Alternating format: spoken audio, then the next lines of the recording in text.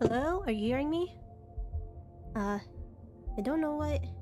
Yeah. God, I do not want a repeat of that one time that I was quiet for like 10 minutes. It's working now? I think I had to like reconnect it. At least I hope so.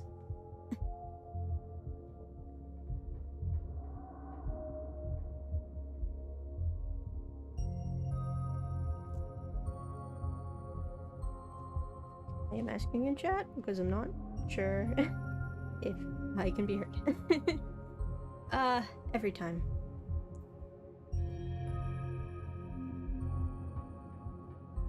Okay, whew. Thank goodness. I will never escape. But if we're good, then okay, I'll start. For real this time. Sunshine filters in through the dusty windows of the estate as the dull aches of last night's activities throb in and out of focus. Every single morning I'm gonna wake up feeling terrible. You managed to survive a second night in the town of Scarlet Hollow. Not sure about anybody else, though. And as you pull yourself out of bed, you can feel the soot and grime of the Shaw mine still stuck to your skin. I will take a shower like a normal person. You step into the guest bathroom and into the shower. The water is hot and surprisingly enough, clean. As steam fills your lungs and soot washes down the drain, you... Oh no, a choice already? This soon? I am probably going to think about all of those terrible things. Think about finally being out of this place. Let's be mystical about it. Every minute feels like another thread holding this town together starts to unravel. Thoughts of doom consume you. Alright, well, that was nice shower thoughts. Time to start the day. I will check on my roommate, of course. Oh, he's got a friend. Hello. I will close the dresser. I do not want him to play dead again. We're keeping everybody alive. Even the fake deaths won't happen. You've had enough of the growing family of opossums that live in your dresser, at least for the time being. Anything spooky out the window? You saw something out there out of the corner of your eye yesterday morning, and you can't help but anticipate what might be out there. It's the same view. Alright. Is the doll still there? Great. It hasn't moved.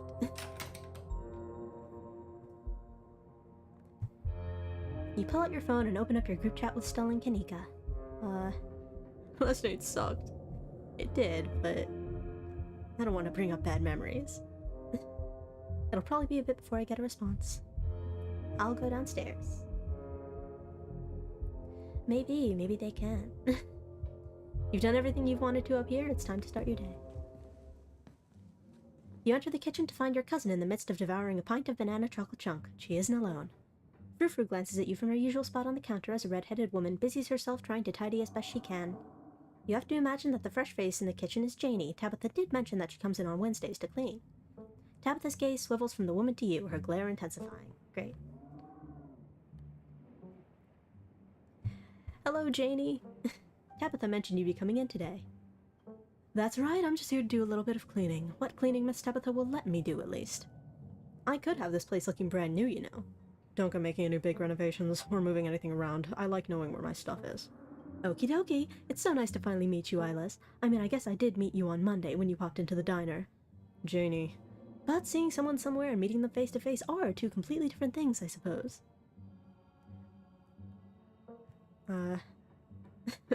Well, I'm getting the idea that you won't let me finish a sentence. All I'm trying to say is that it's wonderful to finally actually meet you, and I'm so happy part of the family is here to keep Miss Tabitha with everything that's... Janie. Oh, I'm sorry, Miss Tabitha, am I being too much again? Tabitha grumbles in acknowledgement. How's it going? My men have been working around the clock to dig two teenagers out of my mines. Yep, that's about right. Tabitha takes one last spoonful of ice cream, then discards the empty container, turning to you with her trademark scowl. Let's get going. I've got an errand to run in town, and every time I've left you here alone, something terrible's wound up happening, so you're coming with me. Alright. Yeah, sure, let's go. I'm easy. Janie, lock up when you leave, please. And don't go rearranging anything, I'll know. As you're ready to leave, Janie approaches from the far side of the kitchen. Tabitha remains between the two of you, impatiently tapping her foot. Oh, Eilis, before you go, I heard about what happened last night. I mean, I heard about it before Miss Tabitha mentioned it just now, and then I heard it again. I just wanted to say that I'm so sorry you got caught up in that. I'll be praying for those poor kids. I can't imagine how scared they must be.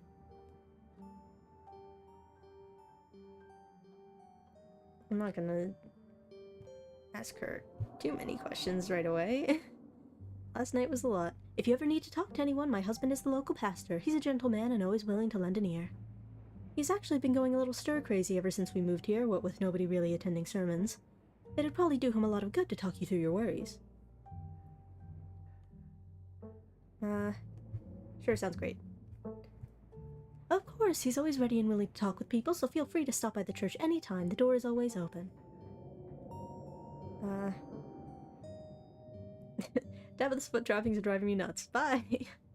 It's perfectly reasonable for me to be impatient right now. Alrighty then, be safe out there, you two. You and Tabitha walk through the doors of the estate and into her car. The ride to town is uneventful, your cousin unsurprisingly more focused on the road than on making conversation. Alright, we're just popping into the general store for a few minutes. What are we doing? I'm gonna try and explore more. I feel like I wasn't hitting enough explore options and I might be missing important things. Picking up tea from Sybil. Okay. Nice. I will nod sagely. Yes, tea, I'm familiar. I will shut up. You and Tabitha turn as the door to the general store bursts open. A flustered Kanika exits, shouting behind her. Fine, okay, keep coddling him. Keep letting him get away with stuff you never would have let me so much as think about. I'm sick of carrying this family. Kanika storms off, the door slowly drifting shut behind her. Oh boy, family drama, my favorite. Ugh, other people and their drama. If more people kept things to themselves, they'd be a lot happier. I will be nice about Kanika. It's unbecoming. We're burning daylight, come on already. The bells of the general store chime as you cross the threshold. The smells of old wood and steamy herbal tea flood your senses, making you feel instantly at home. Good morning, you two. Hope you're doing well after last night's activities. Morning. Is the new blend ready? Of course. Eilis, if you'd like to keep Miles company, Tabitha and I will be just a minute.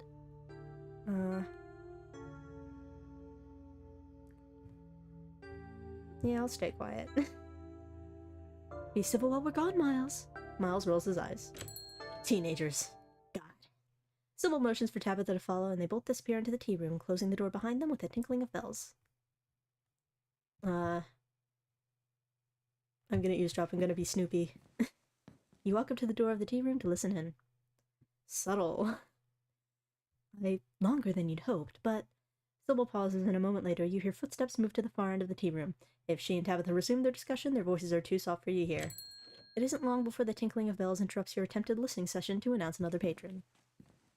Oh, excuse me. Wait, you're Eilis, aren't you? My name is Beau. I'm Duke's boy. It's a pleasure to meet you.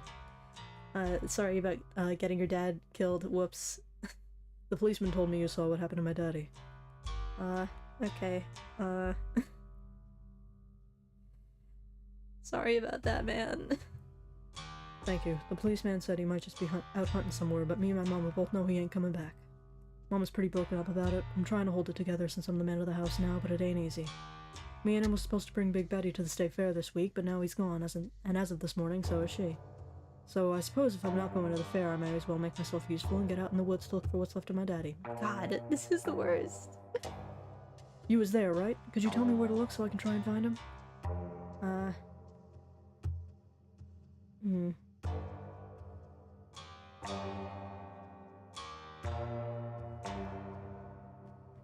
That's kinda dangerous, dude. I ain't a stranger to what these hills have to offer. Daddy always said I wouldn't have nothing to fear so long as I learned how to use my fists, so he taught me how to do all that. Okay, I'm not sure if you can just, like, punch the evil monsters to death, though. I am not sure how, like, ghostly they are. These woods might still get serious sometimes, but I reckon there's no better way to show my daddy I've learned those lessons than to go out there and find him. Alright, well...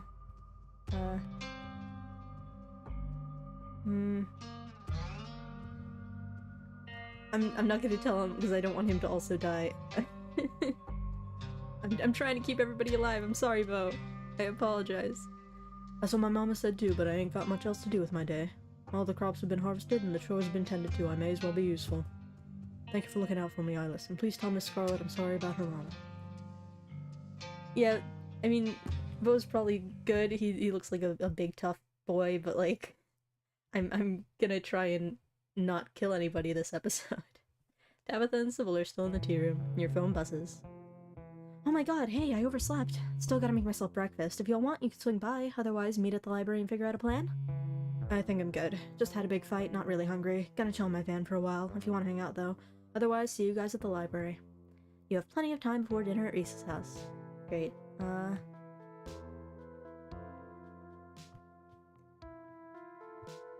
Let's hang out with Stella. She seems to be our best friend at the moment. Doesn't take long to make our way to Stella's house. I will knock politely. There's no answer. You knock a little louder this time. Your renewed effort is immediately met by the sound of an excited Gretchen. Yeah, dog! Exhausted Stella groggily stares at you from her doorway. I can't not read today. What is up with me? Anyway. Hey, sorry I'm a bit of a mess. I guess I slept in a lot. Give me a minute to finish getting dressed and I can make us some breakfast. Stella talks from the other room as she changes. What are you feeling for breakfast? Pancakes, eggs, and biscuits? Maybe just a classic scramble? I also have toaster waffles, if that's more your speed. This is an explore option. I'm taking the option. Offering biscuits after I've had one of Winnie's? Someone's got a secret family recipe, huh?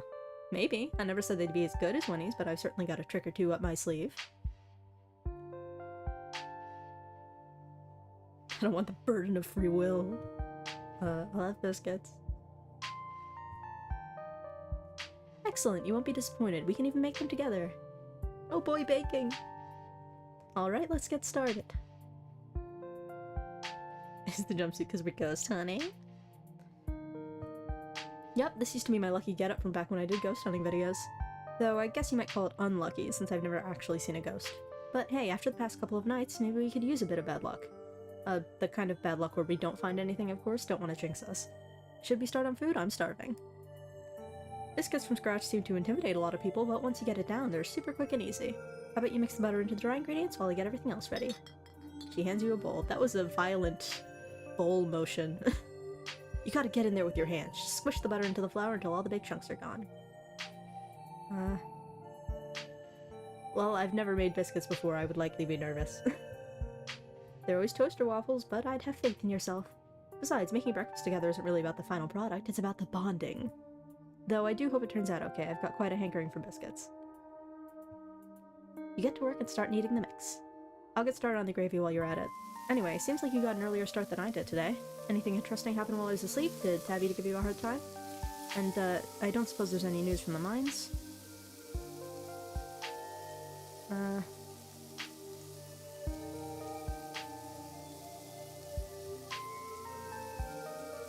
Explore.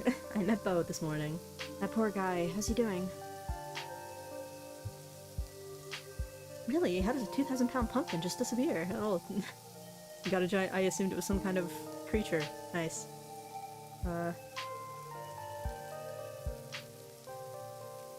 Duke.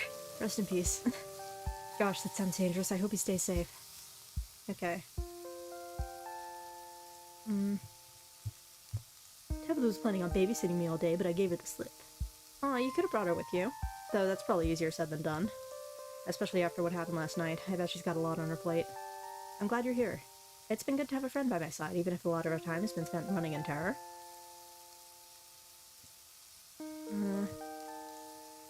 I will exhaust all my options. It sounded like they'll still be digging all week.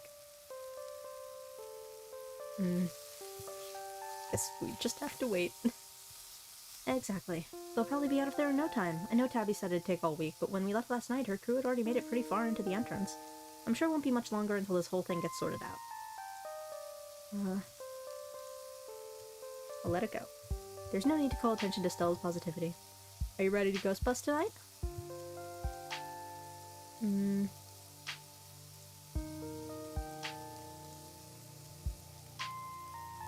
Yeah.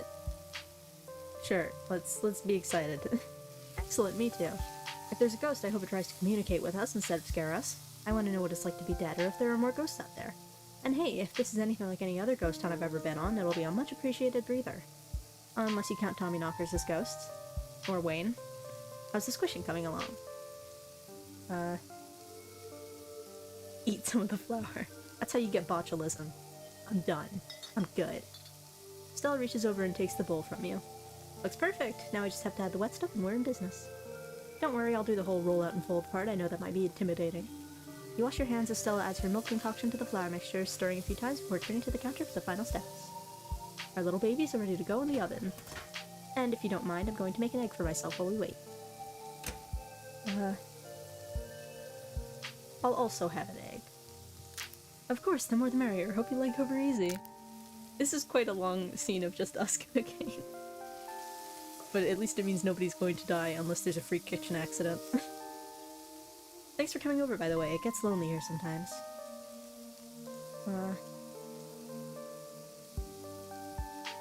So what about Tabitha?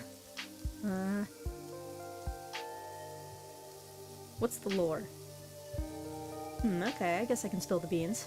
I suppose you could say we kind of dated. It was never really official, and she might tell it a little differently, but as far as I'm concerned, that was my first relationship. Not that she's my type or anything. Honestly, that's a lot closer to you. Ooh. Are we gonna have to, like, romance someone in this game, or can I... It feels weird. People are dying, dude. Cool. Nice. Great. Now you know. Knowing is half the battle. So how about you and the other one? The only other character we've spoken to. Yeah, it's nice that she's back in town, but I wish it were under better circumstances. She's so busy with the store, too. I don't know how she does it. It's been nice hanging out with her more the past couple of days. Though, again, better circumstances would be nice. So how about Reese? Heck yeah, we are. If Dr. Kelly tries to turn us away again, we can just sneak in. Nothing will stand in the way of us in friendship. What's he like? I'm not about to ruin a cool and mysterious introduction by telling you. I think you'll like him, though.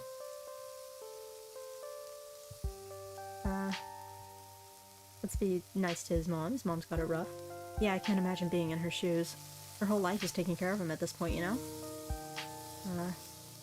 I will not be rude. How about your house? Do you think you'll always live here? Have you ever thought of moving away?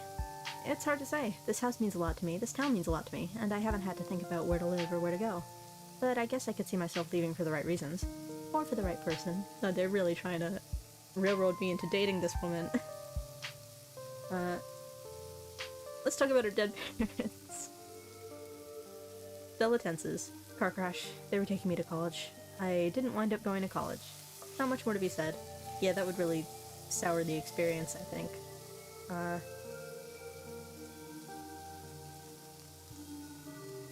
Sorry. It's okay, it happened. Nothing I can do about that. Can we talk about something else, though? It means a lot to me that you care, I just really don't like talking about it. So how's the food? A timer goes off and Stella excitedly pops open the oven, pulling out a tray of delectable biscuits. Funny you should ask. Looks like we're done here. And with that, breakfast is served.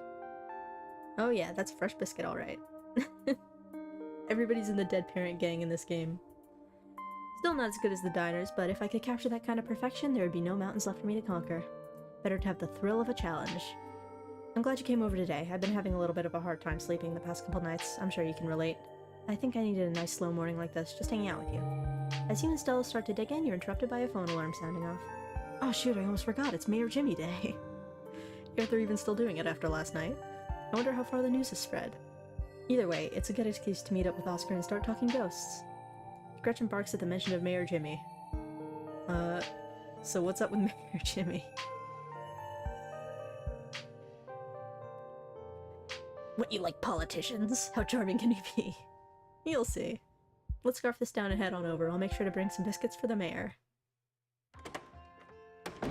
You and Stella make your way to the library. It's busier than usual. A small crowd has already formed in a corner of the main foyer. Now we're just waiting on Kanika. Thank God we have something to do this morning. My family's been driving me nuts. Yes, the whole gang's here. I've been waiting to introduce Eilis to the mayor for like the entire time I've known her. It'll be worth it. Trust us. Alright, shall we? Nice. Awesome. I love the mayor. I love Mayor Jimmy. You can tell this dog is the mayor from his little sash and his fancy top hat. There's a regal air about him, almost as if he knows the position of authority he's been elected to. Ah, come on! I even pressed enter that time. And unless you're mistaken, the serious man by his side is Deputy Franklin, one of the policemen you spoke to following your encounter in the woods on Monday. He holds out his paw as if to shake your hand. It's lovely to meet you, Mr. Mayor. You reach forward to take the mayor's paw in your hand, but his burly security detail stops you. No paw shaking, only head pats and ear scratches allowed. But he offered, man. I'm so glad no one ruined the surprise. This town has had a dog's mayor since the early 1900s. That's just how we do things around here, for some reason. It's the best part of living in Scarlet Hollow, besides the nature. And all my friends and Winnie's Biscuits, and the close-knit small-town community, of course. But having a dog mayor is a close fifth, no contest. That's a horrifying noise. Gretchen, are you okay? Hey, whoa, Gretchen, calm down, old girl, you're gonna pull a muscle. Mr. Dog, get down. Miss Richmond, I'm gonna have to ask you and your dog to step away from the mayor. I should have known better. These two have never been able to get along. Gretchen hates politicians.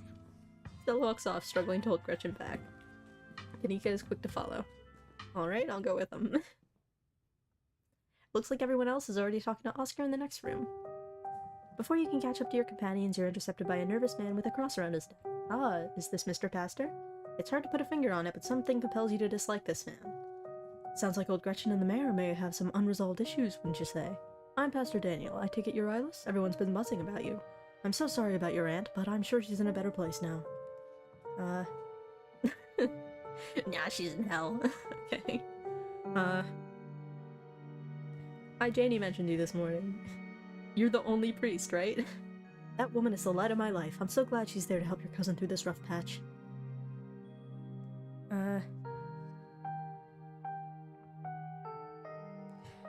So you know anything about spooky ghosts?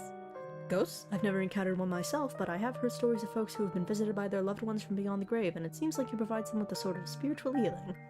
Like their beloved relatives are watching over them even in death.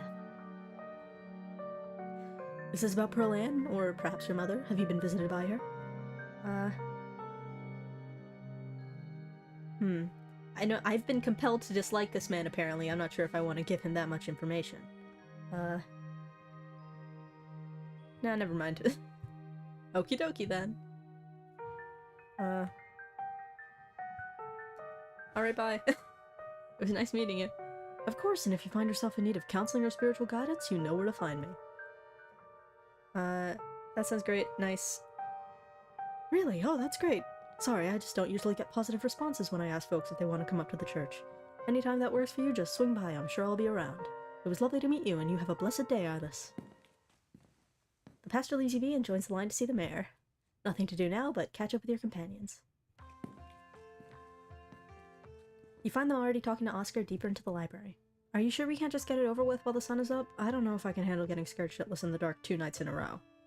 I wish we could, especially since I'm not particularly excited about going back in there after dark either, but I'm pretty sure it only comes out when the sun goes down. Pastor's posture gives you bad vibes. I forget his posture. He's left my line of vision, so he doesn't exist anymore. I have no object permanence. Yeah, there's no way I'm going in until that spirit is at full power. I want to be sure we get the best evidence possible. This could be my one shot to get real proof of ghosts. I'm not going to waste it just because I'm impatient. Y'all are going to be the death of me. And you're sure there's nothing we can do for Rosalina right now? I don't think so. She's been locked up in the back room all day, hasn't been very interested in talking to anyone. I think the best we can do is stick to the plan, ghost bust the house clean, and give her a real bed to sleep in tonight. I just hope it's possible to get rid of the thing. This is a pretty serious ghost infestation. Is that what you'd call something like this? I believe it's called a haunting, but ghost infestation also sounds good. I suppose we're the ghost hunters, so we can call it whatever we want. Anyways, I'll be bringing all the ghost hunting supplies anyone could ever need, so we should be set on preparations. The only thing you'll need to bring is an open mind. We have the power of friendship on our side. We have the power of God and anime. Oh, we'll fix it. Heck yeah, we will. Yeah, whatever this is, we'll get to the bottom of it tonight. Thanks, guys. I really appreciate it. Well, if we're not doing the hunt now, I guess we should head over to Reese's? Absolutely. Come on, Eilis. Time to go bother our friend. I'm gonna get back to it. See y'all tonight. Time to go.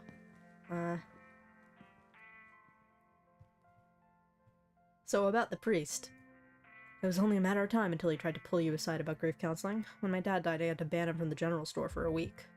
He wouldn't stop leaving these little pamphlets at the checkout. I don't know where he finds so many.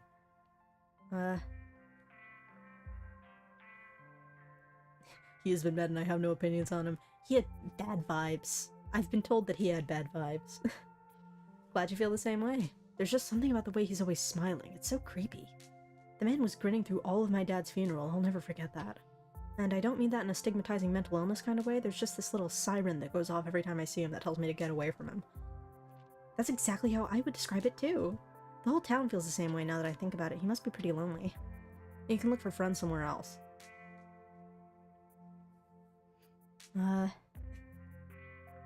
Is he cursed?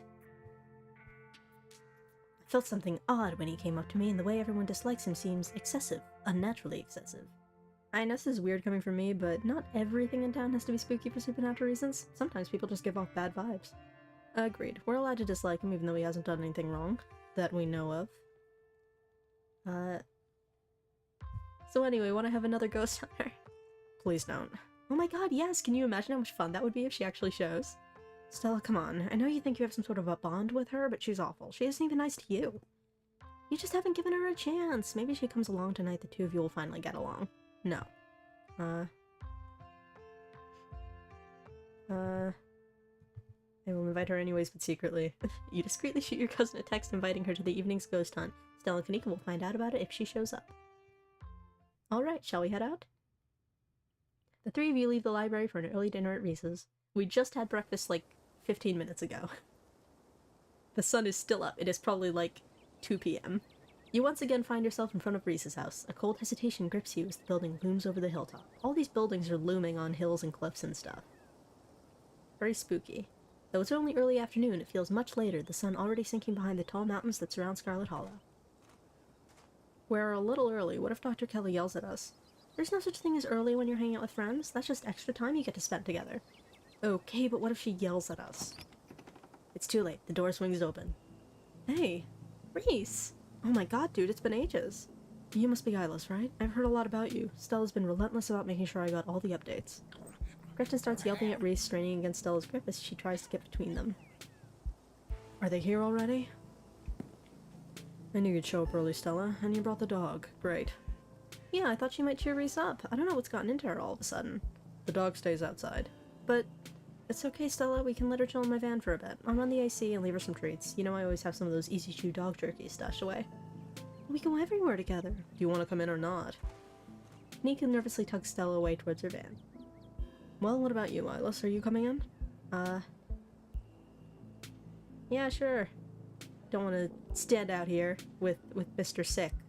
I don't want him to die also. You follow Reese and Dr. Kelly inside. Stella and Kanika aren't far behind. The house feels cold. Not only is there an odd chill in the air, but the building itself feels too sterile, uncomfortably tidy to the point where you're nervous to touch anything. If it weren't for the aroma of store-bought dinner rolls baking in the oven and the unsettling artwork hanging on the walls, you'd be half convinced you'd wandered into a real estate showing. So, how can I lend a hand? By sitting down at the table and not puttering around in my kitchen. I made sure everything was done well in advance, so the only thing left are the dinner rolls, which shouldn't be long. Then we can have a quick dinner, and you can leave my house and go on about your business. But I was kind of hoping to see Reese's new art. We still have time now, right? You aren't seriously considering subjecting your friends to your disaster of a room, are you? It's not that bad. You can still see the floor. Relatable. Reese is my new favorite character. Dr. Kelly raises a single questioning eyebrow. I don't mind a little mess. Yeah, I doubt it could be any worse than the way I keep my room. Yes, okay, fine. As long as you stay out of the kitchen, I don't care what you get up to. Cool, we'll just be downstairs. You won't even know we're here. You make your way towards the basement stairs. Ooh, fancy. It's got fairy lights and everything. The basement is what you might expect out of a tortured artist who spends all his time confined to his studio, which he probably does. Discarded canvases line its edges, while trash and sketches leak out from their piles in the corner of the room, hiding the bare cement floor. Ghoulish faces coat the walls in paint, sneering out at their creator. Your mom is so scary. She can be a little intense, kind of overprotective, which I guess makes sense. Anyway, make yourselves comfortable. You'll have to forgive the mess. I've been distracted lately. I haven't been cleaning much. So do you have the lore, Reese? No, she's told me all about what you guys have found out there. I wish I could see some of it myself, but, you know. He gestures in futility towards the walls of the basement. Are you sure you can't just sneak out one of those nights? The doc isn't keeping me prisoner here, Stella. I'm sick, you know that. I'm sorry, man. I didn't mean to. There's nothing to apologize for, and I appreciate the effort. Really, I do. There's just nothing you can really rescue me from. That die's already been cast. But we were talking about the past couple of days, weren't we? Yeah, he does have a lot of spoopy paintings. Are any of them... Some of them kind of look like they're of the creatures, the ditchlings. Like these ones over here, but I'm not sure. They're weird smushy faces. Anyway, exploration. Yeah, what about the monsters? You have any thoughts? Yeah, they've been coming up to my window at night. Wait, really? Is that why you texted me that they look like something out of your nightmares? Yeah, I thought I was hallucinating. I hadn't put it together that we might have been seeing the same thing until just now. I've been sketching them, actually. Tell me what you think. Ugh! Yuck! Gross. He pulls out a sketchbook. Okay, that's exactly what I saw on my way home last night. What does it mean that they've been lurking around here, though? I don't know, but I like the company. They're kind of beautiful in a sad way, if you ask me. I agree to disagree with you there. Those things are going to be stuck in my nightmares until the day I die. I need to know how everybody feels about my cousin. She was always so distant and mean. I probably would have thought she had it out for me personally if she wasn't like that towards everyone, or if I thought she even knew my name. But people change. Maybe she's nicer now. She's still terrible. You guys just never took the chance to get to know her. She's actually really funny and sweet. I'll pass, thanks. How about the doom? I think everything is probably doomed at some point, but I guess that's answering a different question. Do I think the town of Scarlet Hollow is on the brink of collapse? Probably not, but it's not like I have a lot of perspective on what it's like out there. There could be rioting on Main Street. If Stella or the doc didn't tell me, I just wouldn't know. I would totally tell you if there was a riot. Would Dr. Kelly tell you though? I mean, yeah, I'd hope so, but the point I'm trying to make is that other people are my eyes out there. Have you heard about Wayne? Who? You know, the guy who's been following Eilis around being all ominous? Oh yeah, that's slasher creep. I appreciate the classic Jason vibe he has going on. Here's hoping he doesn't live up to the look for all our sakes.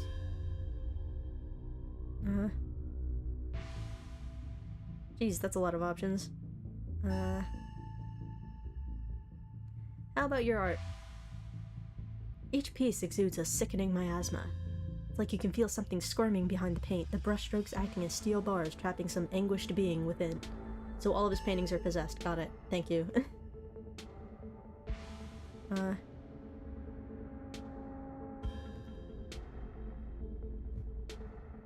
Let's be an art historian about it. Real Goya Black Period vibes with a healthy dose of Bixkinski. I cannot pronounce that name. Thank you, I think. Yes, that's a good thing. Then thank you, I really appreciate it. To be honest, I don't know much about art history. It's not exactly a popular subject in tiny K-12 rural schools, so my arts education was lacking. I'm working in the dark as far as influence. And you're doing great, man. You know, you could gain a real following if you ever posted these online, just saying. Nah, I think I'm okay sticking to sparsely populated late-night live streams. That's all the social media I can handle. Same. I don't know how you do it, Stella, having to exist in front of all those people all the time. Knowing some version of you lives in their heads, knowing they expect something out of you that you might not be able to give them. Okay, but if the only time you ever put your art on display is a live stream during Google hours, when am I going to be able to see what you've been working on? Tell you what, when I die, I'll leave you my paintings, then you can see all of them. And maybe they'll be worth millions, since I'll be dead. I'd be able to rest easy knowing someone had retroactively given my life value.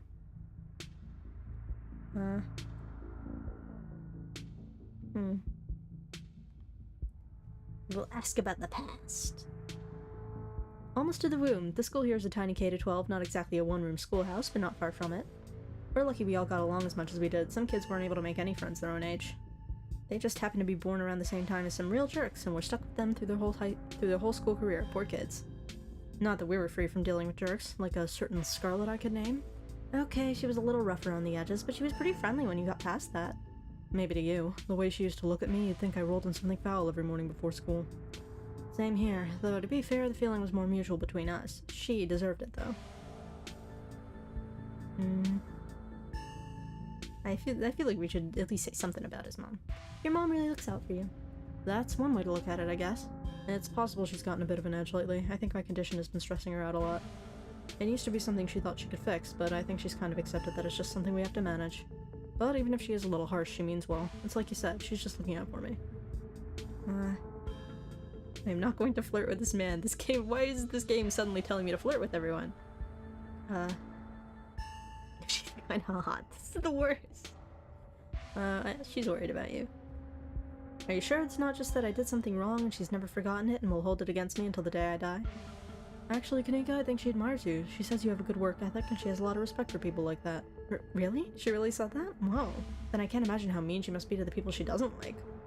I think she's usually nicer to them. That's how you know you've really messed up. What about me? Does she say things about me? Do you want to know? Well, when you say it like that, no. I'll just keep imagining us as very good friends. How about your movies? I'm trying to explore more. That's quite a movie collection you've got. Got any recs? Let me think. Oh, have you heard of Shi-no-Chi, Deathblood? I saw that for the first time recently and it blew me away. Excellent example of both Japanese horror and found footage done right. We could even put it on after dinner if you guys are interested. Dang, I would usually be down for that, but we gotta head over to Oscar's after this. He promised we'd ghost his place. He's apparently been dealing with a bad haunting. And I feel like we should really be there for him tonight, considering everything that's happened. He and Rosalina both need our support right now. I will take a rain check on the movie. Yeah, we'll definitely come by for a movie night this week. I'm free tomorrow night, same goes for Eilis. I should probably work tomorrow, but I can close up early. Okay, so I think this is a good time to ask about ghost hunting. Oh wow, do you think you'd be down for that? We'd love to have you. Yeah, it'd be great to have you along. That would be so amazing, but I haven't had the best luck leaving the house lately. Even just walking to town is enough to put me in bed for a week. It sucks. But make sure you bring your camera, Stella. I want to see everything that happens. Okay, food. Almost on cue, Reese's mom shouts from the kitchen. Dinner's on the table. Guess that's it for catching up. Make sure you all wash your hands, with soap. I don't want anyone sharing their germs at the dinner table. Sure thing, Doc. I'm allergic to soap and I can't wash my hands. Yes, ma'am. I don't want to joke with the scary doctor woman. You make your way towards the sink, but are stopped in your tracks by the pull of an odd door at the end of the hallway. It feels out of place, like you've accidentally wandered into a hospital waiting room, but more than that, you feel something radiating out from behind it, something dark and cold. You felt this before in the dusty tunnels you so narrowly escaped last night, an oppressive hum like a muted scream heard through layers of rock, trying to draw you towards it. You feel lightheaded. You are compelled to approach the door, drawn in as if hypnotized. Imagine all of those did something slightly different. Anyway, open the door. Before you know it, the doorknob is turning in your hand, your heart full of both deep dread and a compulsive need to know what might be on the other side. What do you think you're doing? Well, I'm looking for the bathroom. So you pass by the open door that's clearly a bathroom and went snooping around? Come on, get washed up, everyone's waiting on you. Okay, sorry. You won't let her interrupt you. You need to know what's behind the door. Oh, no, you don't. Come on, wash your hands and sit down. She grabs you by the shoulder, yanking you away. You do as she says, cleaning up under her watchful eyes and allowing yourself to be ushered back to the table and away from the door. So, obviously we need to break into their house in the dead of night and figure out what's behind that door. The only logical conclusion to this. Dinner is already laid out. Dinner rolls, spaghetti, and a light salad. Kanika anxiously picks at her food, Stella is nervously talkative, and Reese is suddenly quiet and tense, his shoulders tight as his mother perches on the chair next to his. Dr. Kelly eyes all of you with a sharp, fierce gaze. She sits opposite you at the far head of the table, her features silhouetted against the light of the setting sun in the window behind her. She's the town doctor. This dinner might be a good opportunity to question her about recent events. Pills. She slides a few tablets toward Reese. He obediently swallows them. This is excellent, Dr. Kelly. Is the pasta sauce homemade? No, it's from a jar. I work too many hours to make my own pasta sauce. Well, you have excellent taste in brands, and if you ever want any tips on easy home-cooked pasta sauces, you know No thanks, Stella. I have the internet if I need recipes. Thanks again for having us, Dr. Kelly. We really appreciate it. I am not gonna ask her about factitious disorder. Are you, like, poisoning your kid or what? Anyway. Small talk. Lie, the food's really good. Okay, well I guess the food sucks. I've never seen it. These are all terrible options. I'll ask about my cousin. How well do you know Tabitha? Not very. I'd know her a lot better if your family didn't seem to be so afraid of doctors. I can count on one hand the number of times she's been in my office. No wonder everyone but that old Edwardine died so young. Hopefully your mother was better about taking you to doctor's visits. I wouldn't be surprised if there was something genetic at play, and it's much better to catch those things early.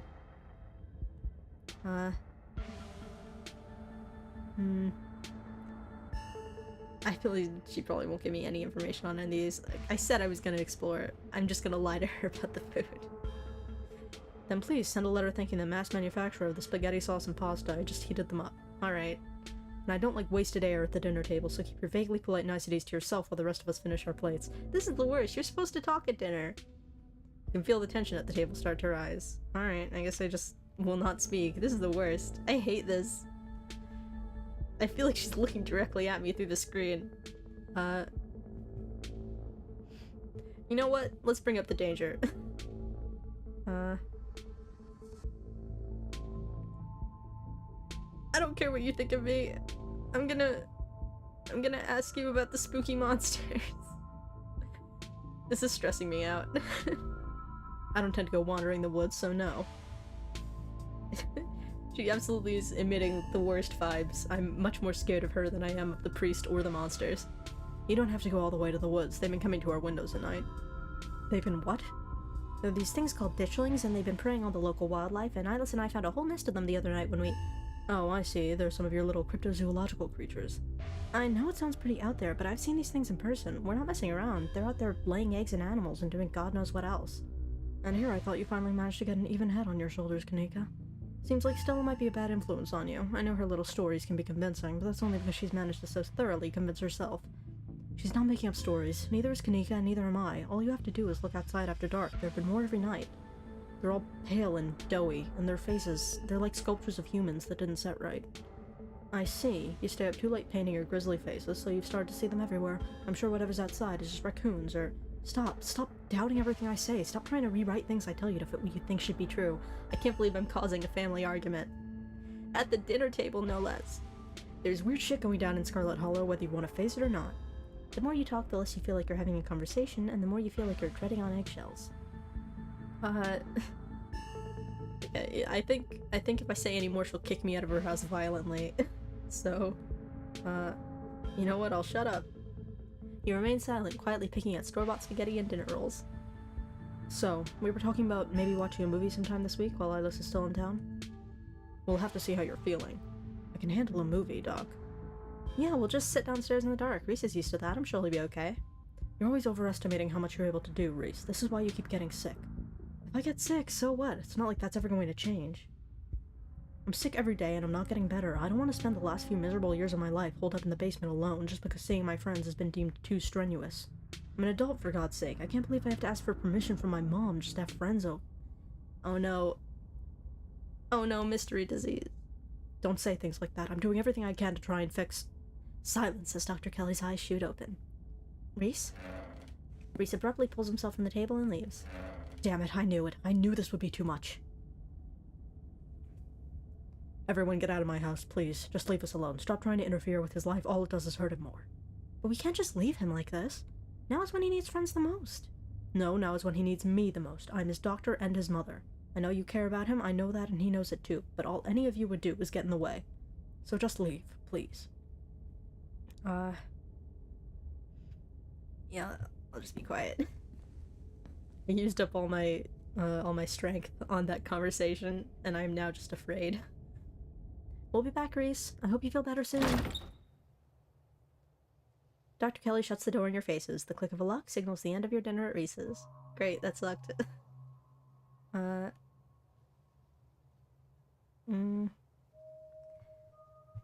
talk about the spooky door. The door to the clinic felt like it had the same draw as the carving in the mines.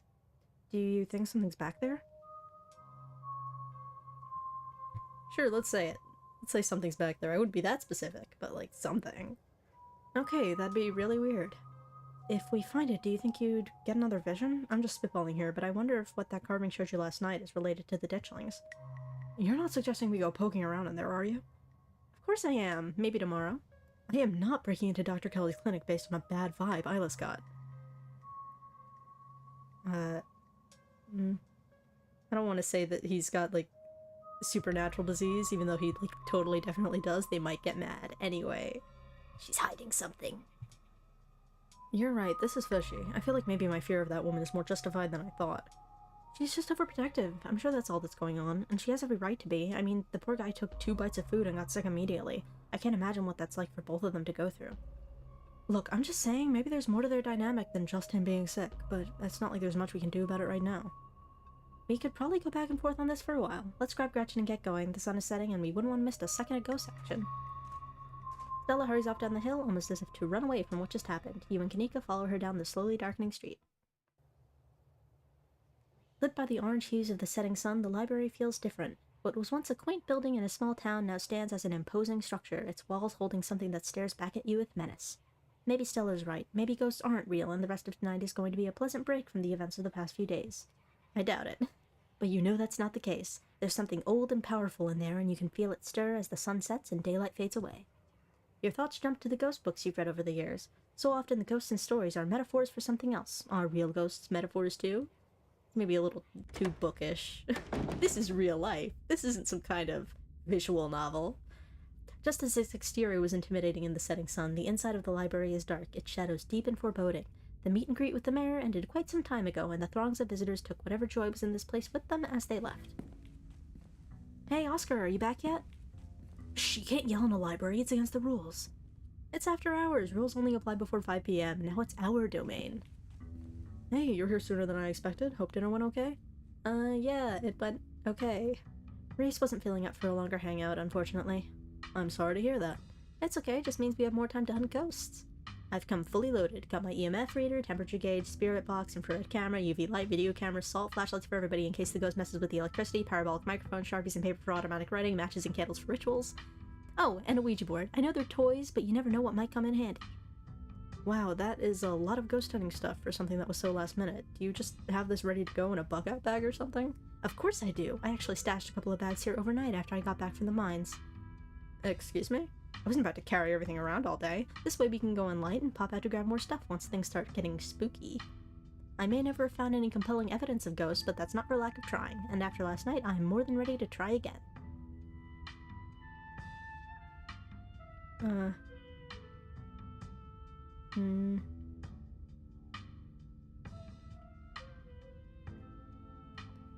Well, those mines were chock full of ghosts.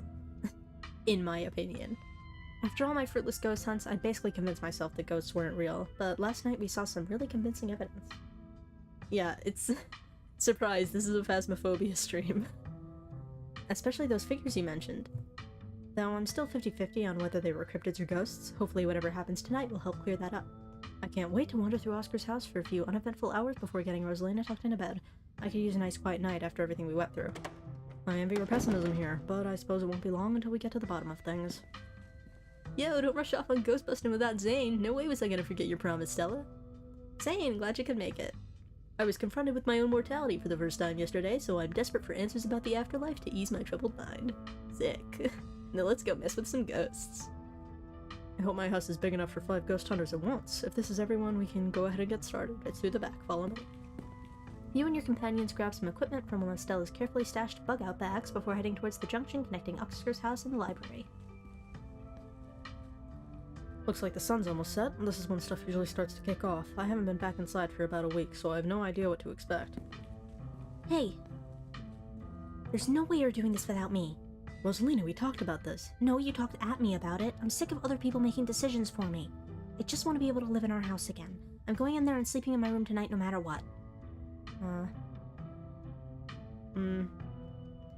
Ghosts aren't corporeal, right? They can't kill her, right? I'll let Dad be the boss. Rosa, could get dangerous in there. Just hang out in the library and we'll have this taken care of in a few hours. I don't want to be coddled just because you're scared. If Zane is coming, I have every right to be there. She's got a good point, Mr. G. You're right. I'm sorry, Rosa. Just let me know if it gets to be too much and you want to leave, okay? Thanks, Dad. Now, let's get our house back. You all cross over the threshold and enter Oscar's living room. Family photos line the walls and stacks of books sit comfortably on wooden furniture. And there's that feeling again. Like the mines, like the door to the clinic, a dusty, suffocating, dizzying feeling. Something is in this house, though whether it's a ghost or something worse, you aren't sure. You can imagine long winter nights reading by the fireplace without a care in the world. That's a bit of a whiplash from from the previous line. Okay, looks pretty normal for now. I don't remember that picture being on the floor, but that could be non-supernatural. None of my equipment is picking up anything around the picture. But I'll set up a camera in case it falls again. Could be important evidence. You might want to save your cameras for Rosalina's room. That's where I've seen the ghost manifest. It's just down the hall. Oscar and Kanika startle as the door swings open. Spooky. Hold it, you're not taking my cousin along on any more of your little hijinks without me. Tabby! I can't believe you had the audacity to give me the slip earlier today, Eilis. After I explicitly asked you not to, at least you did me the courtesy of letting me know exactly where you'd be tonight so I didn't have to waste my time looking for you. Wait, Eilis, you invited her? Wow, Eilis, you really brought the whole gang together today. I have every right to be here, Kanika. My family built this place, you know? Yeah, I know. We all know. Eilis, what made you think inviting her was a good idea? I wanted to have all the characters together. There's strength in numbers. Maybe nobody will die if there's enough of us.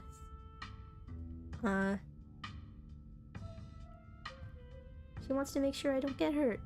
I'm trying to make her seem as nice as possible. Yeah, I'm looking out for my cousin. If y'all are gonna drag Eilis into dangerous situations every night, you'll have to deal with having a chaperone, got it?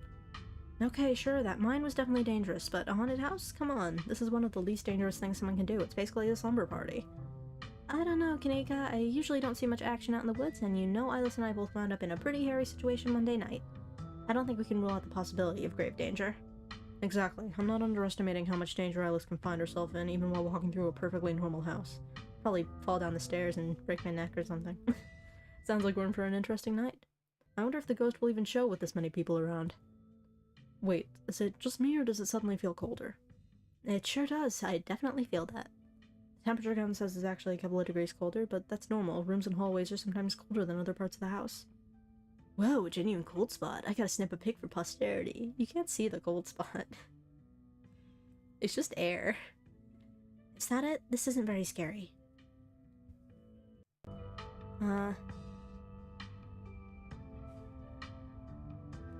Yeah, should you have seen the spooky ghost? I've only seen the stain. Dad made me switch rooms with him way before we moved out. I wasn't about to let my daughter sleep in a haunted bedroom. I spent most of my nights on the couch before we set up shop in the library. Even if there is something back there, I'm not scared of it. I'm mad at it. Split up and search for clues. We found the ghost, case closed. There's no point being in the non-ghost rooms. Oscar said the ghost is in Rosalina's room. Yeah, but we don't have to rush there. I'm sure we can deal with it from out here, right? What, are you actually scared or something? You're an adult with a child. Grow up. Shut it, Tabitha. No one wants your opinion. Stella, I've been meaning to ask, do you actually know how to get rid of ghosts? How exactly are we going to get rid of it if we do find one? Well, my ghost hunting kit has symbols from every major religion, assorted holy books, a bunch of salt in some jars for ectoplasm. And if worse comes to worse, we can always use the Ouija board to politely ask it to leave. Ouija boards are toys. The only power they have is scaring kids at slumber parties. I think I'd rather not take the chance. One ghost is enough to deal with. I don't much like the thought of opening a door for something worse. Wow, you've never been this superstitious, Dad. This ghost really has you freaked out. Okay. Oscar takes a deep breath before continuing. Let's head to Rosalina's room. Follow me. Great. Ghost time. Oh, that's the spooky stain that we saw in episode 1, if I'm remembering right. Whoa. This is where I've seen it. It appears on top of the stain. Yeesh, that's gotta be tough to scrub out. Doesn't the county own this house? Do they know about the damaged carpet? Have you seen your house? I don't see how that's relevant. Weird, I'm not getting anything. It's not even cold. It's the same temperature as the living room. Nothing on the EMF either. Then your equipment is wrong. The stain is definitely paranormal. I've scrubbed it out too many times to count, and it just keeps coming back. It's just a stain, Dad. Can't we just cover it back up? I don't mind sleeping in here. Let's get scientific about this. If you scrub the stain out a bunch, maybe that's part of a summoning ritual. I've never heard of a bleach-activated ghost before. You don't use bleach to clean a carpet, Tabitha. Whatever, how was I supposed to know that? Not everybody gets to learn how to clean things. If y'all are offering free carpet cleaning, be my guest. Ghost blood. I'm not gonna say ghost blood. I might have to say ghost blood. It's a funny option. Definitely ghost blood. Or it's just a rusty pipe leaking all over your floor. I think that'd be a bigger problem than what Eilis and Stella are suggesting. Have you all why can I not read today?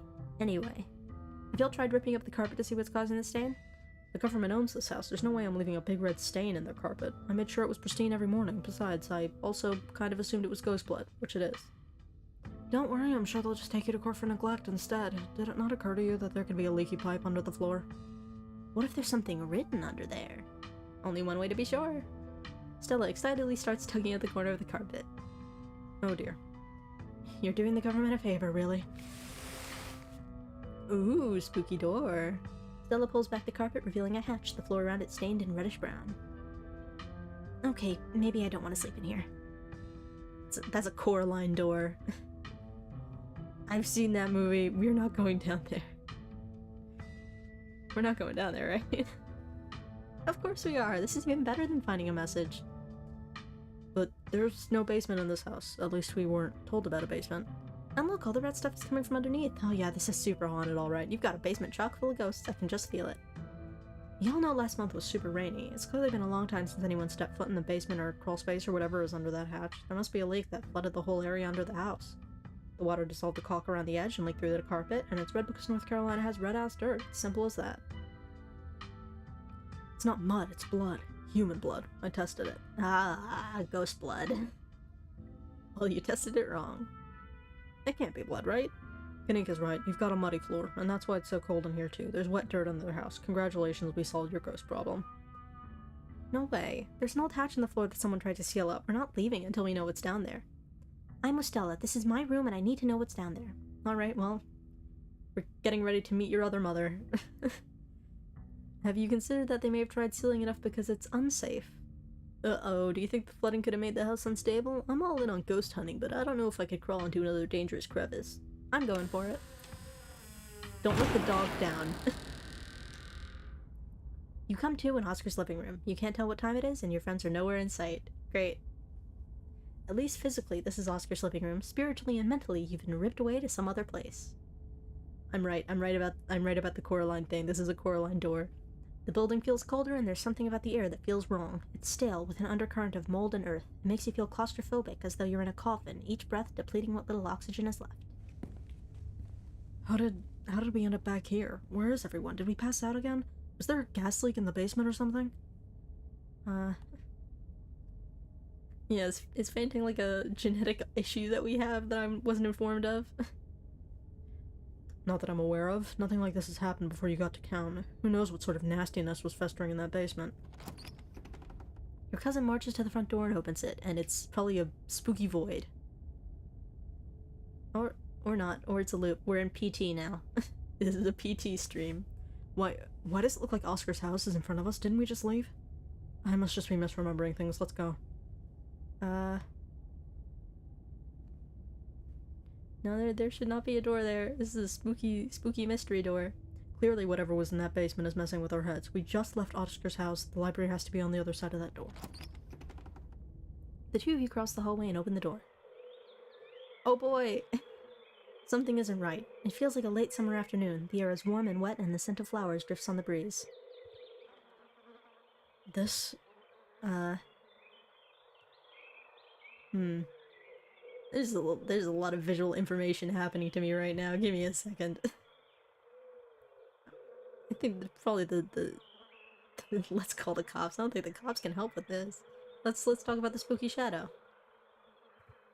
You're not. What the hell is that thing? Am I having a stroke? Are you having a stroke? Are we both having the same stroke at the same time?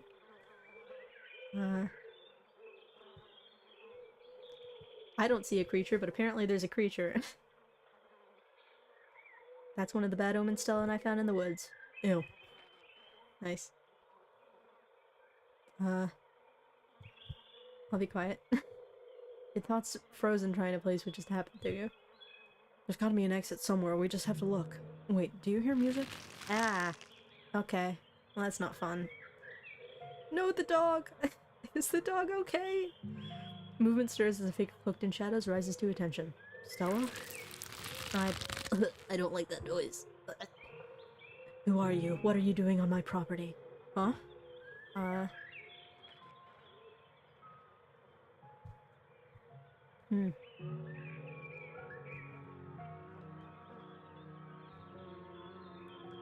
I mean, I don't know what this means, but I think mystical is a good option for the spooky ghost hunting episode, right? What? Did you say Eddie? No one's called me that in a long time. It's Edwardine now. I'm not a child anymore. Edwardine? Eddie? You've gotta be kidding me.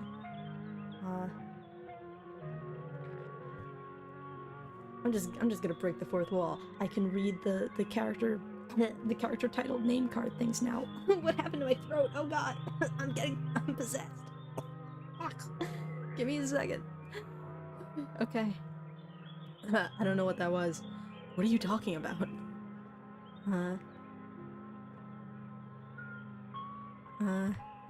Alright, this works. Look, I'm just telling you what I know, and what I know is that this isn't Stella right now. This is the lover. Are we doing a tarot card thing now? Okay, fine. I'm just gonna pretend that you didn't say anything then. I hate that noise, really. That's the worst. I wish I could say the same. You should have stayed gone, and you absolutely shouldn't have shown up here of all places. If you're caught, I don't think you understand what Father might do.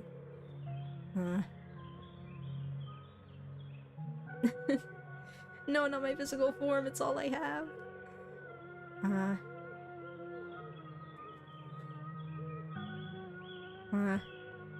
I'm not scared. Okay, what is this, some kind of scene? Wow, great job, you got me. You can stop now. I can't. It's not that easy for me. My brothers were sent to the Western Front, and now I'm the only Scarlet left besides Father. I have responsibilities, Charlie. Shut up, shut up!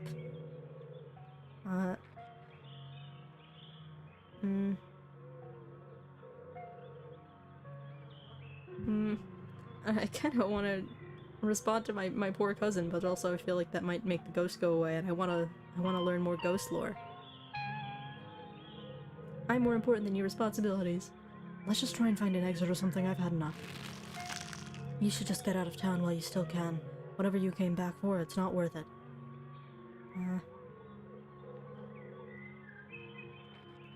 You're right. What I came back for isn't worth it, but you are. I won't leave the holler without you. If you change your mind, I'll be around. I really strongly dislike all those noises. She's gone, along with the shadow in the corner of the room. Come on, we must have taken the wrong door of the annex. We're getting out of here before anything else happens. We should only answer safety buddy system. Alright, I wanna learn more spooky ghost stuff. Absolutely not. We are not being drawn deeper into this weird garden, greenhouse, whatever it is. She yanks your arm, pulling you back the way you came.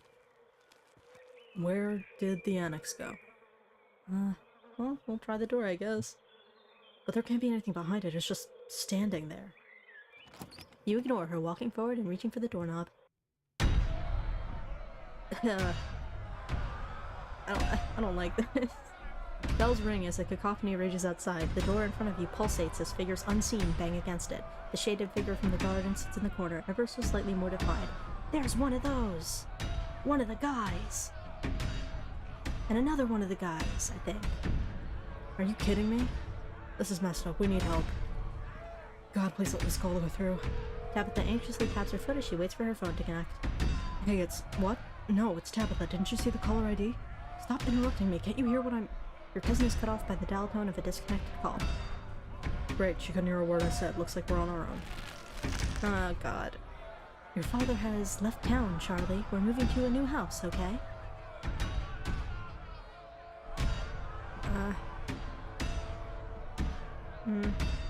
I'm just gonna pick all the mystical options, I guess. I feel like this keeps the story going, right? I don't want to leave our house. I like it here. Daddy should come back. Why did he leave? Am I going to have to deal with you doing this all night? I guess. Sorry. He can't come back. We've got to live somewhere else now. But that'll be fun, right? There'll be new kids to play with. You can show them your little dolls. Hurry, sweetie. We don't have much time.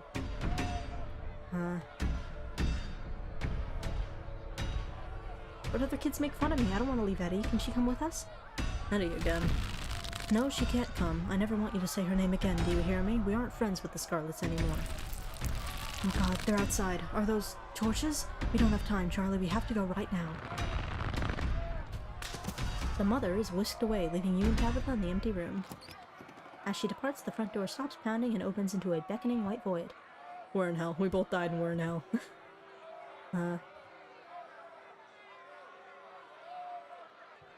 So are we supposed to be Charlie? What's up with the Charlie thing? Your guess is as good as mine. Who'd you call? Friend of the family, not that it matters though. The call didn't go through, so we're on our own. There's a lot of creatures. Yeah, there are. Those things are horrible. No wonder you were such a mess when you came back on Monday. Okay, let's put our heads together. What do we know? We know that we can't leave, and we know that we're not possessed, at least as far as we can tell, and whatever we saw in this room, at least, happened right after the Shaw mine collapsed in 1918. I think the only option on the table for us right now is to keep doing what it wants us to do. Maybe it'll stop at some point, or maybe we'll figure out a way to escape. Alright. Shall we? Yeah, let's get this over with.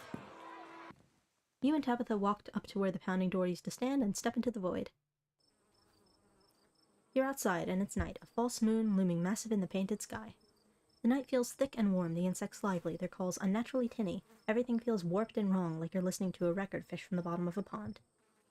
Ugh, what magic words do I have to say to get you to let us go? I'm sorry, okay? Whatever my family did to piss you off so much, I'm sorry. Squishy. You poor dear, I've been keeping track of you scuttling around town like a tomcat. You've fallen hard for Miss Edwardine, haven't you? Ooh, this one's a witch. Spooky. This ghost really has a flair for the dramatic, doesn't it? There's no need to be embarrassed. Your secret is safe with me. You know, I never did approve of what the Scarlets did to your family, and what it did to the two of you youngins. Childhood sweethearts. Just think how lovely it would be if you could just be happy together. That's what you want, isn't it?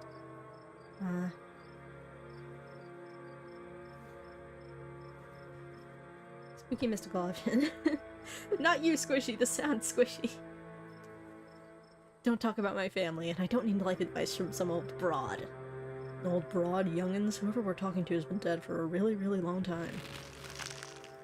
I'm sure by now you've realized the young lady doesn't plan on leaving with you, but it's not for lack of desire, as you well know. Enoch, even if you dragged her over the town limits, his hold over her would make sure neither of you were ever happy again.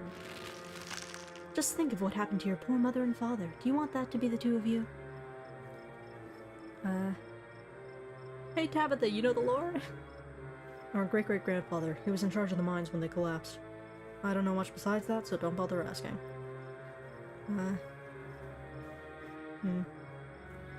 You would never be like them. We love each other. My mother just loved his money. As soon as it was gone, so was she.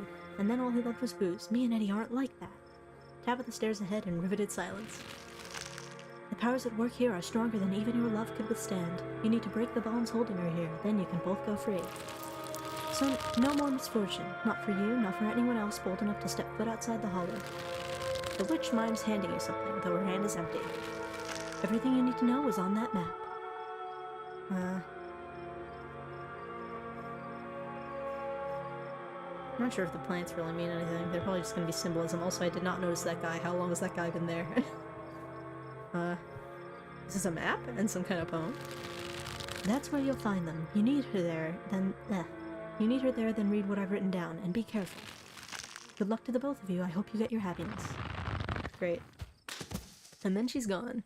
Tabitha sighs. Me too, Tabby. Okay, let's find the way out. Unless you have any ideas, I don't think there's anything else we can do until we get to the end. Or until we die, whichever. Before the two of you can leave, a smell hits you. Sweating, suffocated flesh, with a tinge of the saccharine and stomach-churning scent of decay. My favorite... There you are. I would have found you sooner, but the resident clearly doesn't want me here. It doesn't seem to have the same issue with these miserable little parasites. Bottom feeders always manage to slip through the cracks, don't they? I'll talk to him.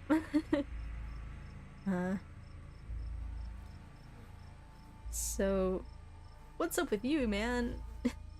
Stop asking it questions. Just stop interacting with the thing at all, okay? So cold, Tabitha, after everything we've been through, to have you treat me like a stranger. Shut up. What an unfortunate situation you've been dragged into, Eilis. Why can't you do as I ask and stay out of trouble?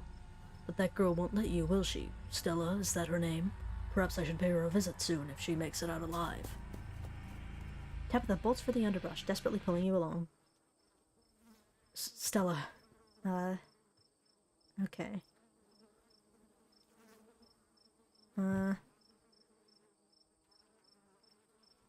Tabitha, what's up with the guy? If you see it again, ignore it, or better yet, run away. Come on, we need to keep moving. If that thing got in, there must be a way out. Alright. The two of you step out from the brush and into a long wooden corridor lined by bottles and rails. A figure rises to attention, blocking your way. Oh no, not the dude! I'm afraid he doesn't have long. If there's anything you need to say to him, I'd say it now.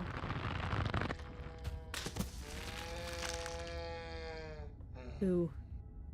As the caretaker is swept away, the room pulls itself to you and you find yourself looming over a deathbed. The father lies in its center, looking pitifully small. I really don't like these noises. This is distressing.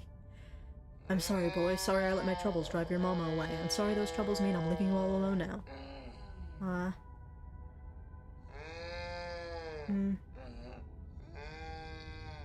Well, the play-along ones... Okay, there is a mystical one. Apparently this is what was said. I hate that noise so much. You're getting what you deserve. Alright, you're definitely channeling Charles Shaw Jr., which must be who the ghost is. It's the only thing that makes sense. Damn it, Junior, how many times do I have to tell you? I tried to stop it from happening, but that damn snake Enoch went behind my back. Oh, what bullshit.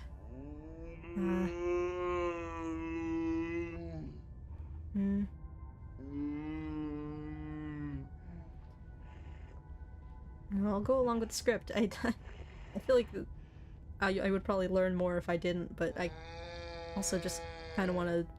I don't want to make the ghost mad by doing something wrong. Not for that, for what you did to our family. We could have just started over someplace new, but instead you became the son of a bitch the Scarlets made you out to. This Charles Jr. makes a good point.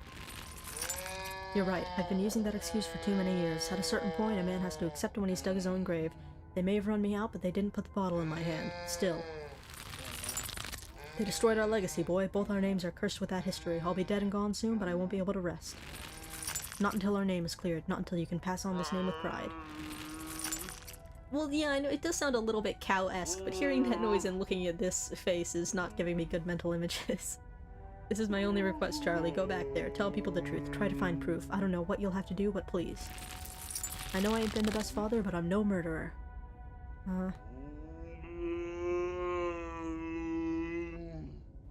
I'll see what I can do. Get some sleep. I'll see you in the morning. Damn it, boy. I may not have till the morning. Promise me. Promise you'll go back and at the very least show that Enoch bastard what for. I promise I'll go back. Gross. You watch as the father's body seizes and falls through the sheets, taking the rattling pile of bottles with him. This ghost is so full of it. I would not just go in the hole, not even asking questions. Your cousin steps forward and disappears through the hole left in the bed, leaving you to follow. Well, I have no choice. You and your cousin find yourselves crouched under a large table. The lover stares through you as indecipherable murmurs and shuffling feet echo from the ends of the table. I think we're gonna be sick. They're so lovely. Are you sure I can keep one? You must have worked very hard on them.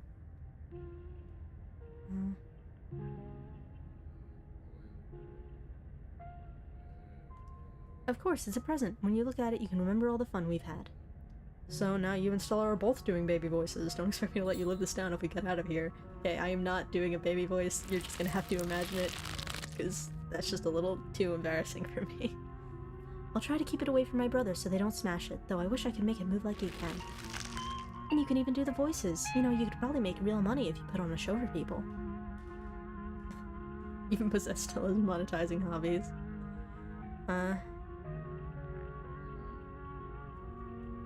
That's the plan. I want to be a traveling performer. Why don't you come with me? We can go from town to town putting on shows for other kids.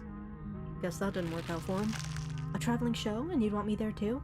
Oh, could we go to towns along the beach? I've heard the Outer Banks are the most beautiful place in the world.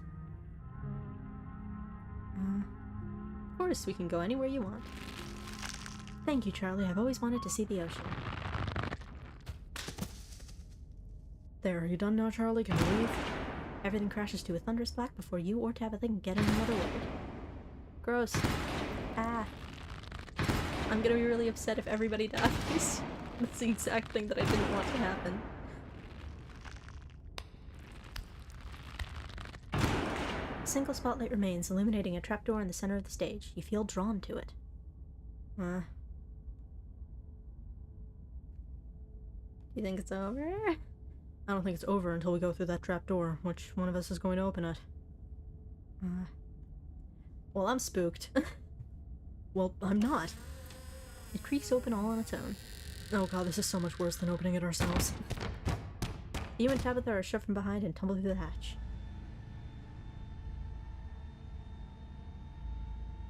It took some digging, but it's there. The map was right.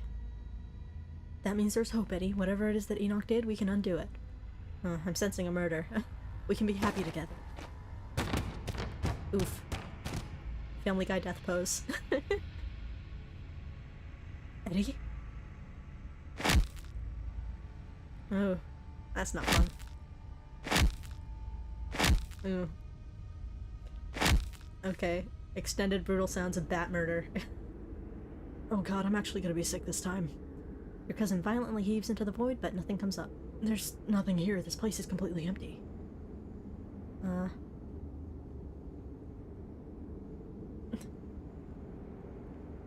Okay, so do we start walking through the void or what? Ah.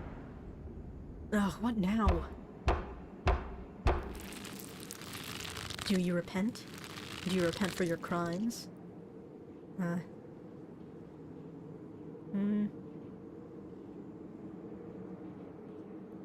Are you talking to us? Don't answer it. You must answer for the crimes committed by your scarlet blood. That's rude. That's not how that works. Are you kidding me? I hate it here. I hate it here so much. And so you do, I cannot die. I want to die, please. I've been alone in the dark for so long. All I ask is some of your years. To pay for the years that were taken from me. What are you saying? My life was stolen from me. I want some of yours. It's only fair. No, it is absolutely not fair. You've got to be kidding me. Neither of us had anything to do with what happened to you. The sins of the father are to be laid upon the children. One of you must forfeit. It doesn't matter which. Bullshit! You're on trial here, aren't you? Advocate for yourself. Well, I'll guess I'll advocate for myself.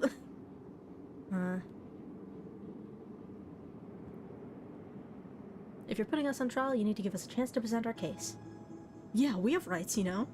Ghost rights. Take it you have a plan, then? Your plea is met with silence, but silence isn't judgment. Keep talking. Do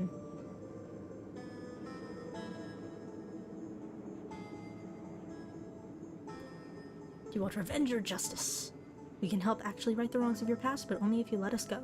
More silence. Keep going.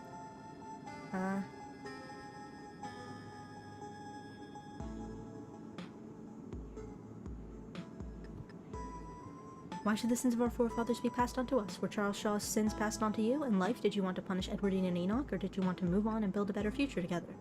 A fresh tension bubbles up in the air. You're almost out of this. Well, I'm not going to insult the ghosts, so I guess this is the best one. You don't need anything from us to move on. Whether you realize it or not, nobody is keeping you here but you. We can't give you closure. The jury box is pulled away as you and Tabitha are brought face to face with the spirit. Great. It's time for your closing argument.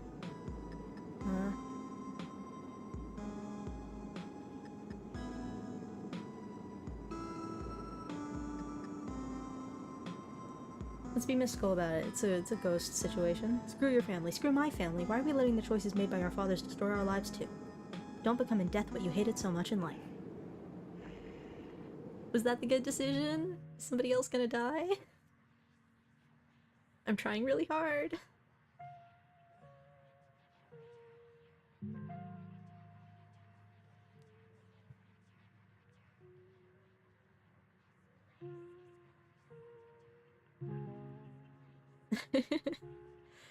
Best lawyer. I'm so good at lawyering. Although, maybe wait until it's completely done before we decide on best lawyer, but I think I might be best lawyer.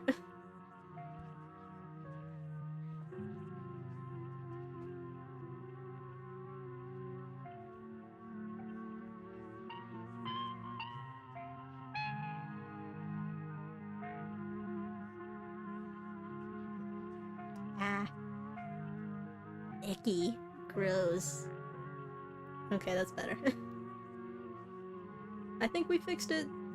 I think it's fixed.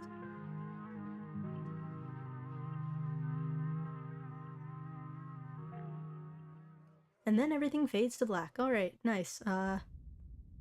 Did I do good? You and Tabitha come to in a basement, a mound of packed dirt in front of you. Your friends are nowhere to be seen, though Sybil remains standing on the stairwell as if she's been patiently waiting for you to get up. Ah, the spirit is gone and the two of you are back, and both of you are whole. I have to admit that this is quite an unexpected outcome. Excellent work, Eilis. Thank you, I am best lawyer. I hope you don't mind, but I took advantage of the distraction to free everyone else. They're all outside.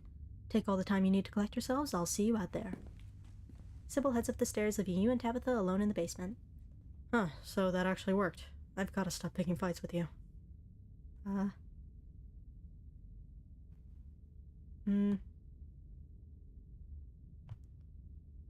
I'll investigate. Before you go, you decide to investigate the shallow ground in the middle of the room. Tabitha follows close behind you and watches as you dig. Nice, a corpse, my favorite. Charlie's mummified remains stare up at you, sad and broken, in the bottom of the pit. There's another carving. Spooky. Your cousin stands in contemplative silence. Yeah, I guess so. Okay.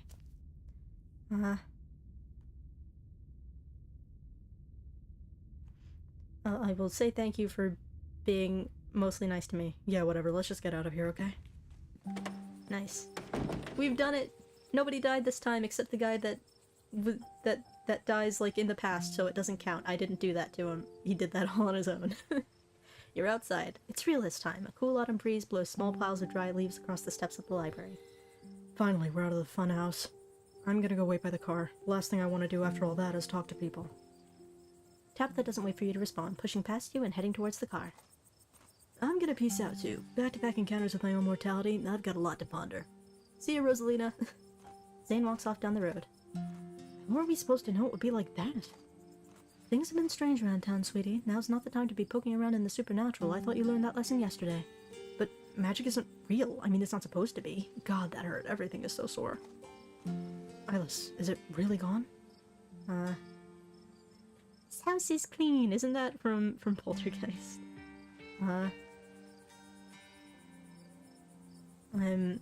happy I could help. You're too modest. It's a considerable feat to reason with a spirit like that. Oh, well, thank you. I am best lawyer. I can't believe you actually got us out of there. Yeah, poor Zane. And you got our house back. I don't know what to say. Thank you so much. I'll do my best to make it up to you. To think that ghosts are actually real. I mean, I don't know what hard evidence we have, but we all vividly experienced the same thing. Stella's gotta be over the moon right now. She looks a little distressed. Where is Stella? I kinda thought she'd be excitedly rattling off theories by now. Oh, she's just standing there by herself? That isn't like her. I'll go talk to her. I'm not gonna yell over, "Hey Stella, you good?" You walk over to Stella. The dog is safe. Oh, hey, Eilis. Are you good? I'm so sorry, Eilis. I don't think I can talk right now. I'll call you, okay? Alright. Give me an update on your dog later. I want to make sure she's still alive after this. She hurries off down the road.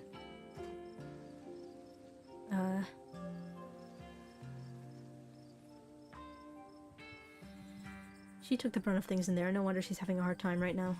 Should we go after her? I think she just needs some time to herself. Stella's never been the kind to share her burdens, and I doubt that'll change just because somebody goes chasing after her. If anything, it'll just make her clam up even more. She's a strong girl. She'll be okay. I'm honestly surprised she and Zane are the only ones heading out right now. You've all been through something awful, and each and every one of you needs rest. Especially you, Kaneko. We don't want that cold of yours to get any worse.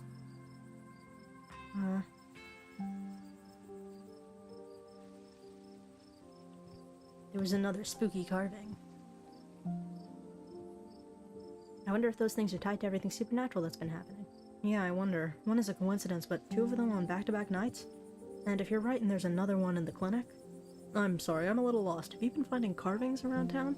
I'm sure everyone here could stand around theorizing about this and that all night long. There'll be plenty of time for that tomorrow. Can't believe I let Rosalina go in there. How could I have been so careless? After everything she went through on the last day, how could I have let this happen?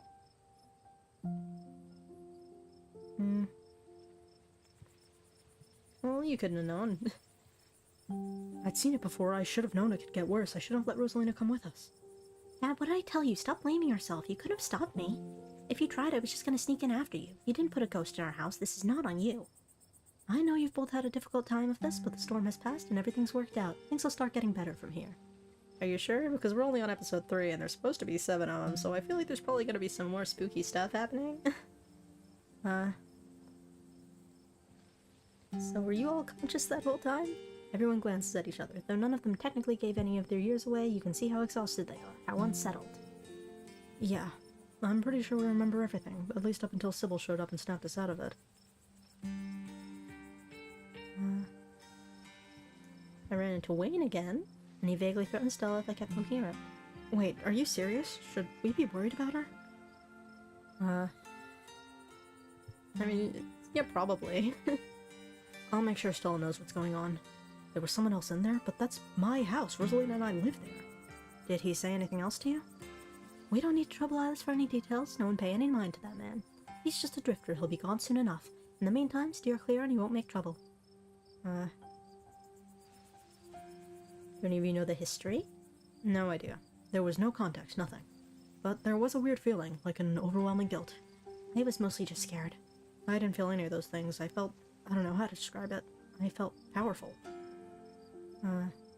Well, I guess I'll exhaust every option. What was it like? They all glance away. It hurt. Why didn't I make Rosalina stay behind? I can't believe I let that happen to her. Dad, this might be the overwhelming pain and exhaustion talking, but shut up. I love you. You didn't do anything wrong, okay?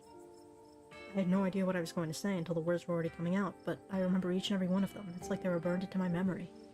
You poor souls. I can't begin to imagine what you've all been through. We should probably get going. It's starting to get chilly out, and there's still work to do to get Rosalina set up for the night. Don't be a stranger and let us know if you need anything, Oscar. I will. Thank you. All of you again. I believe it's time for me to get my daughter home as well. But... Kanika, dear, you haven't been feeling well. You need to get some rest. Okay. I'll see you tomorrow, Eilis? I mean, yeah, sure. I guess. Cool. Kanika wearily treks back to the general store. Before I go, Sybil places a hand on your arm, holding you back for a moment. I'm sure you have questions after everything you saw tonight, but let's not get into it here. I think everyone could use a little rest and relaxation right now, yourself included. If you swing by the tea room sometime tomorrow, say early afternoon, you and I can have a little chat. I'll see you then, Eilis. Sybil leaves you and catches up to her daughter. Time to wrap things up here. Another quiet ride. Tabitha looks lost in thoughts as her glazed eyes stare at the winding mountain road. Thank you for coming. I'd say that someone had to be there to watch your back, but I guess you wound up handling everything just fine by yourself. Do you trust me now? More than I trusted you an hour ago, at least. So ghosts, huh? Yeah, I guess so. How do you feel about that? The same as I felt before we went into that house. You'd be surprised how quickly people adjust to terrible realities. I'd much rather move on from what happened tonight than make a big deal out of it, and I'm sure most of your little friends feel the same way. Still, you did a good job tonight. I'm almost proud to call you my cousin. That's so sweet! Thank you, Tabby. You slide back into silence as the car makes its way back to the estate.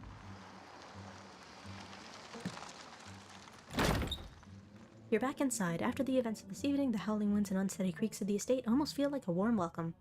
Well, we're back. I still can't believe we all made it out in one piece. I mean, we should probably talk about the Wayne thing. I feel like she knows things. Here we go.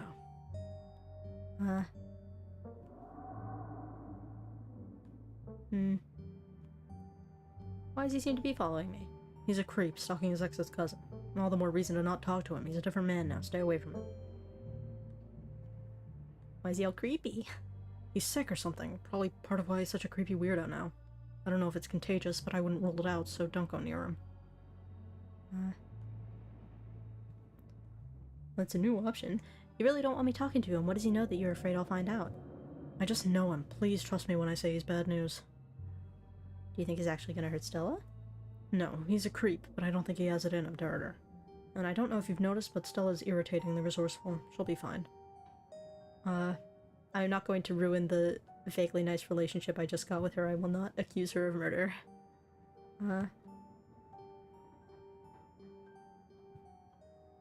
How'd you know to call Sybil?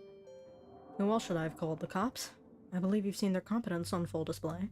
Besides, I'm sure you've heard that old woman talk. If anyone in this town would have known how to deal with a ghost, it'd be her, right? Not that we needed the help, apparently, but how was I supposed to know you're able to just talk a ghost into submission? Do you think Stella's going to be okay emotionally? She wandered off back there. I'm worried about her. She's a pest. Unlike all pests, she has an uncanny way of bouncing back from things. She'll be fine. Okay, I think I'll go to bed. That's a good idea. I'll talk to you tomorrow. Don't keep poking around looking for trouble. You just have to make it to the funeral. 4 more days, that's all, and then the bus comes. I'll do my best. Then let's both hope that your best is better than the past 3 days. We barely got out of there tonight. Eventually all of these risks are going to catch up to you. Stay safe. Anyway, night. See you tomorrow. Time to go to bed. Great! We did our goal. We got our goal. Nobody died. I beat the game. I win. You don't even notice yourself entering the guest room and falling into bed. Suddenly you're just there, buried under your family's musty covers.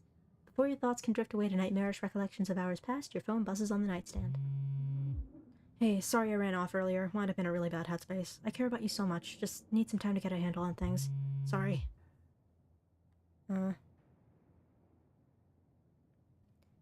Take all the time you need. I'm not good with talking about people's feelings. You put your phone back on the nightstand. It's Wednesday night. Nearly half a week has passed since you first arrived in town, and a little over half a week remains until the bus comes to take you home. The spirit of Charles Shaw Jr. has been put to rest, but disaster still looms over the town of Scarlet Hollow. Still, tonight was a good night, and you fall asleep with a gentle, well-earned smile on your face. We got it! We did it, boys! We win! And time to save. Okay. We can't continue, episode's not out yet, so, main menu. Wait, actually, let me save again. I don't trust my save. There. Saved it twice. I'm good. Okay. We got it, we did it! We win! Okay, so the next episode comes out the 22nd, I think? I don't know if they probably wrote it down there, I don't know. As I said, I have no object permanence, and everything that I see leaves my brain the moment it's gone from the screen anyway. Yeah, so next episode's coming out pretty soon. I'm not sure if I'll be able to play it when it comes out, because I will be, I think, if I'm remembering correctly, I will be away from home, and thus my internet will be not very great for a few days, so I probably won't stream for a little bit. But I'll play it when I get back, and then we'll have to wait actual amounts of time for the whole rest of the game. But anyway, that was good! We win! We did it! Tabby is also my favorite character now. I like her. She's good. We're going to break through her shell, and we were going to make her like us. So yeah, that's it. Thank you for coming. I hope you had a good time. I had a good time. I do like that nobody died. And I'll see you tomorrow, I hope, I think. I don't actually have anything planned, but I'll figure it out. Bye. See you later. Bye.